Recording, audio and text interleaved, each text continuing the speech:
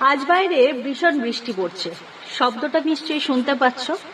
তো এই শব্দের জন্য আমার কিছু কথা মনে পড়ে গেল। আমাদের জীবনে আমরা সবচেয়ে বেশি আহত হই, ক্ষত মানে আমাদের সব থেকে বেশি আঘাত লাগে মানুষের এই কথাতেই।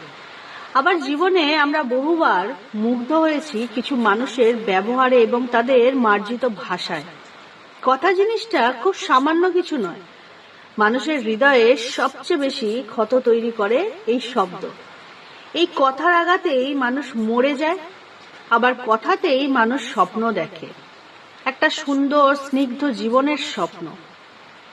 এই যে কথাটা মনে এলো, বলে ফেললাম, এই মানুষগুলোর থেকে একটু দূরে থাকা ভালো।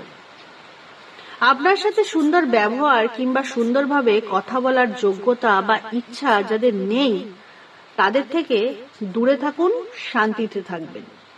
শব্দের কোমলতা এবং সদাচরণ জীবনে খুব জরুরি, বুঝলেন?